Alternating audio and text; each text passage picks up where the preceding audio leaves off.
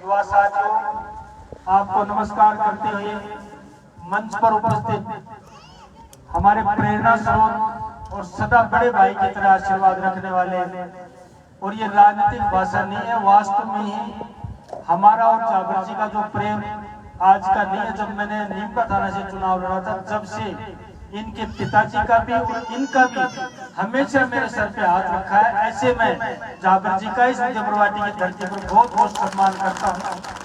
उदयपुरवाटी की जनता की तरफ से तो सुखखंड जी आपका धन्यवाद करेंगे, लेकिन उपखंड खेतड़ी और विधानसभा खेतड़ी का जनसेवक होने के नाते मैं आपका खेतड़ी की, क्योंकि यहाँ पर उपस्थिति कितनी है मैं बता सकता हूँ। ये माधोगढ़ बैठा है, ये परमाकाली बैठी है, वो देवता बैठा है, वो पदेवा बैठा है, ये सांवाली बैठी है, इधर दलेलपुरा से बैठे हैं। सब लोग यहाँ, हमारा बॉर्डर का गांव है। सारी खेतड़ी के लोगों की तरफ से भी आपका बहुत बहुत आभार और बहुत बहुत साधुवाद।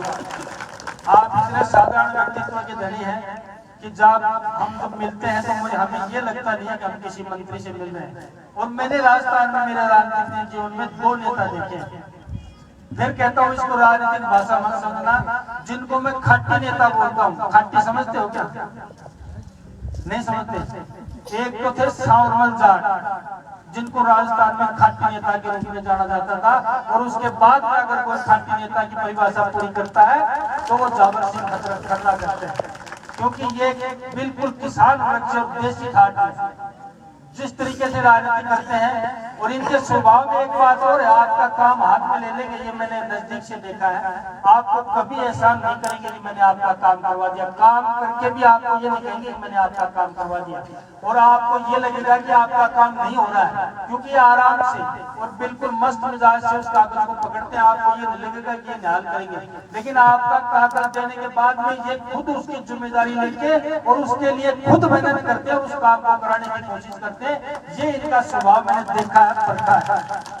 फिर कहता हूँ मैं इसकी बड़ाई के, इनकी बड़ाई के हिसाब से नहीं खड़ा हुआ। सब लोग अपने अपने स्टाइल, और इनकी एक कला है और एक स्टाइल है, उसका मैं खुद कायल हूँ। ऐसे हम पुनः एक बार दोनों तहसीलों की तरफ से मैं आपका स्वागत करता हूं और पुनः आपको धन्यवाद देना चाहता हूं। सभी दीपपुरा के जो भी पंचायत के वासी हैं उनको धन्यवाद देता हूं। कितना शानदार आपको एक पंचायत का भवन मिला है, जिसको मिनी सेक्रेटरीट भी कहते हैं, ऐसा भवन मिला है। और सरपंच साहब को भी धन्यवाद देना चाहता हूँ कि आपने मेहनत करके जो 42 लाख की राशि से होकर थी, आपने कहा कि मैंने 45 लाख रुपए खर्च किए हैं। ऐसे सरपंच भी आपको बहुत कम मिलेंगे, ये भी हमने राजनीतिक जीवन में देखा है। और मैं स्वागत करना चाहता हूं। वैसे तो हम भाई हैं, बड़े छोटे हमारे अग्रणी हैं और हमेशा हमारे बड़े के रूप में आशीर्वाद देते हैं। सुखखंड जी चौधरी साहब हैं, और इस बार इसको दुर्भाग्य कह सकता हूं कि छोटे से मार्जिन से चुनाव हारे हैं, और इस पीड़ा का भोगी मैं भी। पिछला चुनाव मैंने 957 वोटों से हारा था। वो 257 वोटों की हार मैं खुद तो भूलना चाहता था, लेकिन पब्लिक ने भूलने नहीं दिया। 5 साल सुबह पहले आकर आ रहे हैं कि मैंने तो और कर लेता, थोड़ी सी और कर लेता, थोड़ी सी और कर लेता। मैं भूल बचाया तो मैंने भूल बन गया, तो चौधरी साहब खान में भूलन नहीं दिया, क्योंकि बड़ी हार हो जाती है ना। तो बड़ी हार में तो आदमी का मन मान लेता है कि भाई 35,000, 20,000, 30,000 की हार थी, चलो बहुत ही कम थे, हार गए। लेकिन एक किनारे पे आकर जब नैया डूबती है तो उसका मलाल निश्चित रूप से 5 साल तक खलता है। लेकिन जैसा अभी मेरे पूर्व वक्ता ने कहा, भगवान ने हो सकता है कुछ और सोच रखा हो, और भी सोच रखा हो, कुछ अच्छा हो जाए। कहीं बुरा होता है तो उसमें अच्छाई भी कई चीजें छुपी होती है। ईश्वर करेगा जो भविष्य में होगा वो जो मिल जाएगा।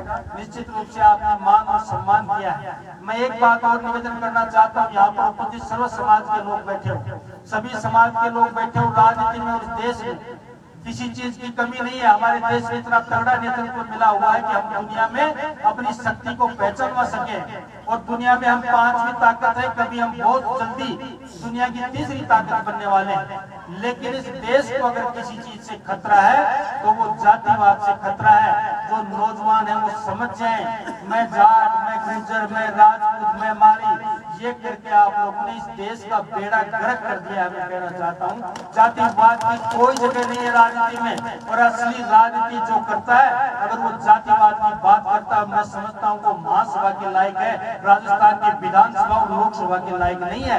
आप लोगों से आग्रह करना चाहता हूँ, हम लोगों को भगवान ने बनाया, ना धर्म संप्रदाय जाति हमने खुद बनाई है कर्म के हिसाब से, लेकिन इतना जहर बोल दिया गया है जाट को राजपूत नहीं देगा, गुजर को माड़ी नहीं देगा, फलाना नहीं देगा। इस चीज की पीड़ा हम भुगतते हैं। हम राजनीति करने वाले लोग इतने छोटे स्तर पे नहीं जाते। आज ट्रांसफर खुल रहे हैं और मैं इस उदयपुर वाटी की धरती और दीपपुरा की इस पंचायत में कह के जा रहा हूँ, अगर मेरे पास 100 गुजरों के ट्रांसफर की बात आई है और एप्लीकेशन आई है तो 150 मालियों की एप्लीकेशन आई है। लेकिन हम लोगों ने घर में बैठकर, गांव में बैठकर, पंचायत के चुनाव में, विधानसभा के चुनाव में अशोक गहलोत और राजेश पायलट की लड़ाई करके और वो गांव और ढाणी में पहुंच गए। वो अशोक गहलोत लड़ता होगा और सचिन पायलट लड़ता होगा, दीपपुरा का और माधोगढ़ का गुजर और माड़ी तो नहीं लड़ता ना। लेकिन हम लोगों ने किस स्थिति में पहुंचा दिया इस देश को और इस समाज को। इससे आप क्या पा सकते हो? कुछ नहीं पा सकते। हम अपने इस भविष्य को और अपने आने वाली पीढ़ियों को एक जातिवाद के जहर में घोलकर एक गंदे समाज का निर्माण कर रहे हैं, गंदे प्रदेश का निर्माण कर रहे हैं, कटु प्रदेश का निर्माण कर रहे हैं। जब भगवान ने हमें कहा है, हमें आम भाषा में क्या कहा जाता है? गुजर गाजर माड़ी मूड़ी गाज कहा जाता है कि नहीं? कहते हो कि नहीं? जब गाजर और मूड़ी एक क्यारी उग सके तो गुजर और माड़ी एक जगह क्यों बैठ सके? बताओ, गलत बात है क्या?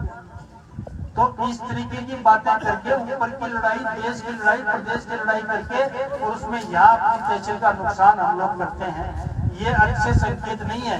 मैं कोई वो नहीं हूँ, शास्त्री भी नहीं हूँ और विद्वान भी नहीं हूँ, लेकिन जो पीड़ा होती है तो पढ़ा लिखा आदमी उस चीज की विवेचना करता हूँ। अच्छे भले व्यक्तित्व को जो आपको एक अच्छा प्रशासन दे सकता है और अच्छा विकास का एक अवधारणा दे सकता है, आपके लिए मेहनत कर सकता है, उसको जातिवाद के चक्कर में आप नाकाबिल व्यक्ति को विधानसभा और लोकसभा में पहुंचा देते हो और काबिल व्यक्ति को घर बैठा देते हो। ऐसा इस देश में चलता रहेगा तो सही मायने में इस देश का विकास नहीं होगा।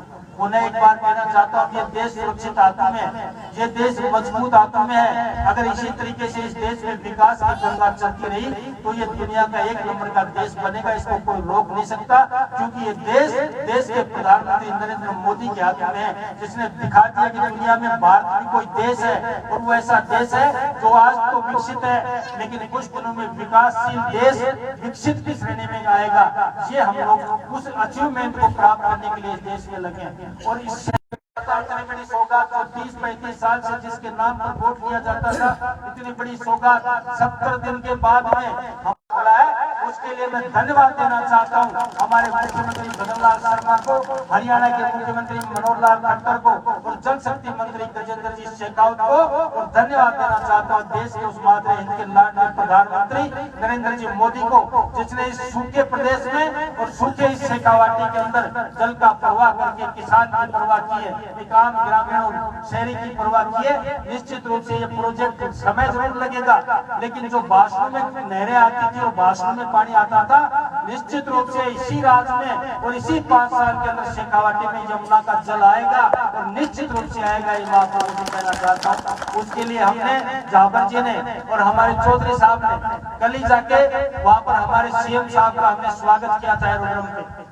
जाके किया था। सब लोग हम शेखावाटी के नेता थे, उनका हम स्वागत कर रहे हैं और हम जल्दी झुंझुनू अगले सप्ते में, शायद मार्च के पहले सप्ते में झुंझुनू सीएम साहब को लाएंगे और उनका इस समझौते के लिए सम्मान करेंगे।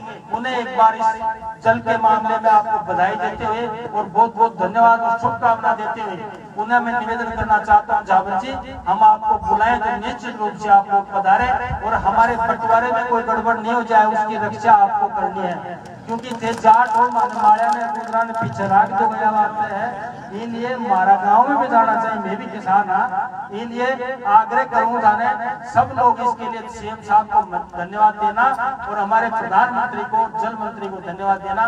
निश्चित रूप से आग्रह करना चाहता हूँ, मुझे मान किया, सम्मान किया और मुझे सुना, इसके लिए मैं आपका आभारी हूँ। खरकड़ा में एक बहुत बड़ा मेला चलता है, हर साल कई वर्षों से मैं वहाँ पे जाता हूँ और इस बार चुनाव के बाद ये पहला मेला है। इस बार नहीं जाऊंगा तो समझते हो आप क्या कहेंगे कि जब हारा हुआ था तो जब तो हमेशा आता था, जीतते ही आना भूल गया।